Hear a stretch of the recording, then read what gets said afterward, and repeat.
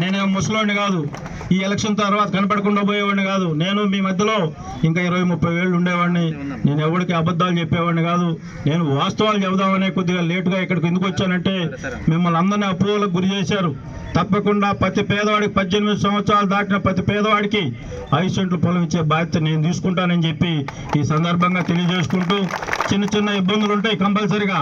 ఈ రేషన్ కార్డులో ఆధార్ కార్డు సిస్టంలో చిన్న చిన్న ఇబ్బందులు ఉన్నాయి.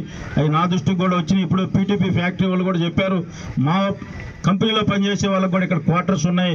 ఇవి కూడా మీరు న్యాయం చేయాలంటే తప్పకుండా ప్రతి పేదవాడికి ఈ ప్రభుత్వం పేదవాళ్ళకి న్యాయం చేయడానికే ఈ ప్రభుత్వం ఉంది. కంపల్సరిగా మీ ల్యాండ్స్ ఎవరైతే ఇల్లు ఉన్నాయో దానికి స్ట్రక్చర్ వాల్యూలు ఈరోజు ఈ సిమెంటు ఇసుక రేట్లు కూడా పెరిగిపోయినాయి, అలాగే స్టీల్ రేట్లు పెరిగిపోయినాయి.